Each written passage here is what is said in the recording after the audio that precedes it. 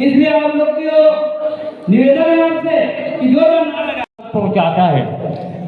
इसलिए जब हम एक डीसी कार्यक्रम के लिए यहाँ आए हैं तो आप लोगों से निवेदन है थोड़ा आ जाइए और यही हमारे सम्मानित चैनल मीडिया हमारे बंधु हैं जिनके माध्यम से सरकार तक आप लोगों के मांग जाएंगे। इसलिए आप लोग इधर उधर बिना आवश्यक कारण से नहीं घूमेंगे।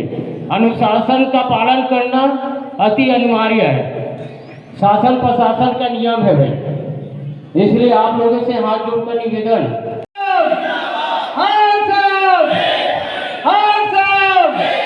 ग्राम पंचायत भित्त कल्याण संघ, ग्राम पंचायत भित्त कल्याण संघ जिंदाबाद जिंदाबाद। सीधी भर्ती बंद करो,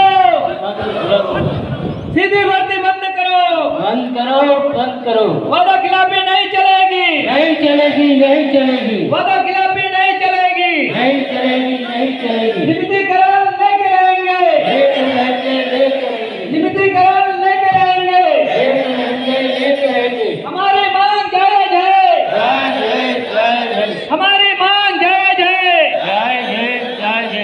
बोल मजूरे हल्ला बोल, बोल मजूरे हल्ला बोल। बहुत बड़ी मांगे नहीं है। कलेक्टर दर पूरे दुनिया में दिया जाता है, तो ग्राम पंचायत भृत्य के रूप में काम करने वाले आप सब लोगों को कलेक्टर देने में इस छत्तीसगढ़ की भूपेश बघेल सरकार का क्या जाता है बताइए। इन्होंने घोषणा पत्र में वादा किया था नियमितीकरण का, मालूम है कि नहीं मालूम है?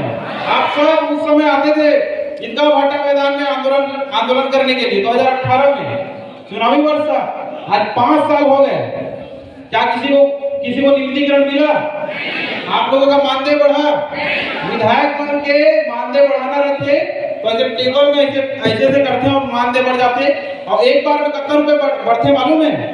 जितना उनका सैलरी रहता है, अगर 60,000 रुपए है सीधा 80,000 1 लाख करते हैं। अगर 1 लाख रुपए सैलरी पाते हैं तो 1,50,000 कर देते हैं। तो सोचो उनका जब वृद्धि करे के बात आते, उनका मानदेय बढ़ाए के बात आते तो डबल करते हो हमारा अपन मानदेय ला। लेकिन आप मन जो एक्चुअल में ग्राम पंचायत के विकास में साथ देते, बोला साफ सुथरा रखो, अगर साफ सफाई के काम करते हो, वहाँ जो पीयून के जो काम है वो पूरा जिम्मेदारी ग्राम पंचायत के आप बन के रहते। हर एक ग्राम पंचायत में आप एक कर्मचारी के रूप में काम करते हो।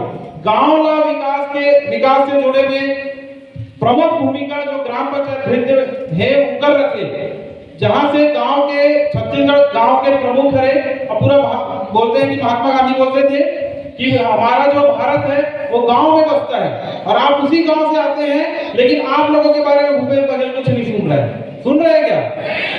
आप लोग में से काम करते करते अगर कोई खत्म हो जाता है तो कितना रुपया देता है सरकार आपको? कुछ पैसा देता है? 5,000, 10,000, 1-2 लाख नहीं मिलता ना। लेकिन आपको बताना चाहूंगा, उत्तर प्रदेश में अगर कोई किसान मर गया ना तो छत्तीसगढ़ का भूपेश बघेल 50 लाख रुपए देता है एक किसान को। समझ रहे? ताली नहीं बजाना चाहिए, थूथू करना है इसको। यहाँ का पैसा, आप लोगों का पैसा, हमारे जंगल का पैसा, हमारे खनिज का पैसा, हमारे महानदी का पानी जिससे छत्तीसगढ़ को सींचना चाहिए, यहाँ का जो आप लोग टैक्स देते हो वो पैसा को वो उत्तर प्रदेश में सिर्फ चुनाव के लिए खर्चा करता है।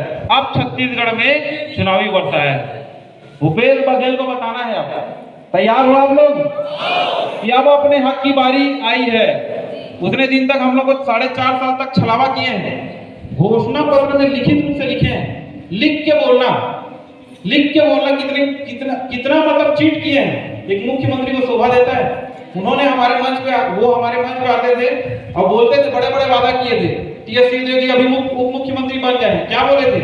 आप लोग को याद होगा जब हम लोग प्रदर्शन करते थे, हमारी सरकार बना दो, छत्तीसगढ़ में कांग्रेस पार्टी की सरकार बनेगी तो पहले 10 दिन में ना, ये वर्ड है टीएस सिंहदेव जी का, उस समय वो नेता प्रतिपक्ष हुआ करते थे, पहले 10 दिन में नियमितीकरण किया जाएगा बोलते थे। आप लोग को याद है? किसी का नियमितीकरण किए? सरकार बनी ना, मंत्री भी बने वो, ऐसा नहीं टीएस सिंहदेव को मंत्री नहीं बनाया गया, अब तो उप मुख्यमंत्री भी बन गए। लेकिन हमारी मांगे जस के तरफ। लेकिन अभी चुनाव को 6 महीना है, 4 महीना है, आचार संहिता को 3 महीना बचा है और अब छत्तीसगढ़ में भूपेश बघेल सरकार का अंतिम बजट पेश होने वाला है, अनुपूरक बजट पेश होने वाला है। और इसी अंतिम विधानसभा सत्र है, अंतिम मानसून सत्र है 18, 19, 20 और 21। और इसके लिए छत्तीसगढ़ संयुक्त अनियमित कर्मचारी महासंघ आप सब की मांगों को लेकर लड़ रहा है। और इस 18, 19, 20, 21 तारीख को आप सबको जंग की तरह इस मैदान में आना है। जिस तरह से युद्ध के मैदान में एक सिपाही अपना हर एक सामान लेके जाता है कि हो सकता है मेरी सर भी कट जाए, मेरे तन से सर अलग हो जाए, लेकिन मैं जंग जीत के आऊंगा। उस इरादे के साथ आप लोगों को 18, 19, 20, 21 को आना है। आएंगे अपने हक और अधिकार जायज मांग, ये कोई ऐसी मांग नहीं है जो नहीं दे सकते। दूसरे राज्य में आप लोग पता कर लेना कि ग्राम पंचायत में काम करने वाले लोगों को कितना कितना पैसा मिलता है। पता करना कभी कर्नाटक में कितना मिलता है, दिल्ली में कितना मिलता है, उड़ीसा में कितना मिलता है, महाराष्ट्र में कितना मिलता है। सबसे कम मानदेय आप लोगों को मिलता है छत्तीसगढ़ में। और सबसे ज्यादा पैसा वाला राज्य कौन है? छत्तीसगढ़ है। हमसे झूठी वादा करके जाने वाली सरकार है, इसको ऐसे ही जाने नहीं देना है। पूरे छत्तीसगढ़ के एक जनता को बताना है कि इन्होंने बिंदु क्रमांक 11 में, घोषणा पत्र के बिंदु क्रमांक 11 में वादा किया था। ऐसे चीटर सरकार को उखाड़ के फेंकने के लिए आप लोगों को उस तैयारी के साथ आना कि आप जंग में आ रहे हैं। ठीक है, एक बार जब विधानसभा के घेराव के लिए निकलेंगे, आज तो आप लोगों का एक दिन का प्रदर्शन है, उस समय आएंगे। एक बार अगर विधानसभा घेराव के लिए निकलेंगे तो जब तक विधानसभा के अंदर नहीं घुस जाते वापस नहीं आएंगे। तैयार हो? विधानसभा के अंदर घुसना है। तो पुलिस वाले भैया लोग सुन रहे हैं रवि भाई क्या बोल रहे हैं, वहां तो घुसने का अनुमति नहीं है। जी बताइए, आप लोग समर्थन में आए इनके? हाँ, आज ग्राम पंचायत कल्याण आज ग्राम पंचायत कल्याण संघ के समर्थन में पहुंचे हैं। मोर नाम नीलू होगरे है, मैं रसोई संघ के प्रदेश अध्यक्ष हैं। इकर दो ही सूत्र मांग है, एक है कलेक्टर दर और एक है नियमितीकरण। इकर मांग जायज है, बिल्कुल एला में समर्थन करे बना। बताइए, आज जो समर्थन में आए आप लोग? जी, मैं आपको बताना चाहूँगा, आज ग्राम पंचायत भृत्य कल्याण संघ के द्वारा माना तूता में एक दिवसीय धरना प्रदर्शन किया जा रहा है, जिसके लिए मैं छत्तीसगढ़ संयुक्त अनियमित कर्मचारी महासंघ की ओर से समर्थन देने के लिए आया हूं। और इनकी जो दो सूत्री जो मांगे हैं, जायज़ मांगे हैं, एक तो कलेक्टर दर की मांग है और दूसरा नियमितीकरण की मांग है। बहुत ही अल्प मानदेय में ये लोग 20 साल 25 साल से काम करते आए हैं। तो सरकार ने चूँकि घोषणा भी किया है नियमितीकरण का, तो निश्चित तौर पे इनको पहले कलेक्टर दर वेतन दिया जाए और कलेक्टर दर वेतन अगर सरकार फिक्स करती है तो उसके बाद नियमितीकरण की भी कार्यवाही सरकार को करनी चाहिए। हमें छोटा परिचय दीजिए। रवि गढ़पाले, प्रदेश अध्यक्ष, छत्तीसगढ़ संयुक्त अनियमित कर्मचारी महासंघ।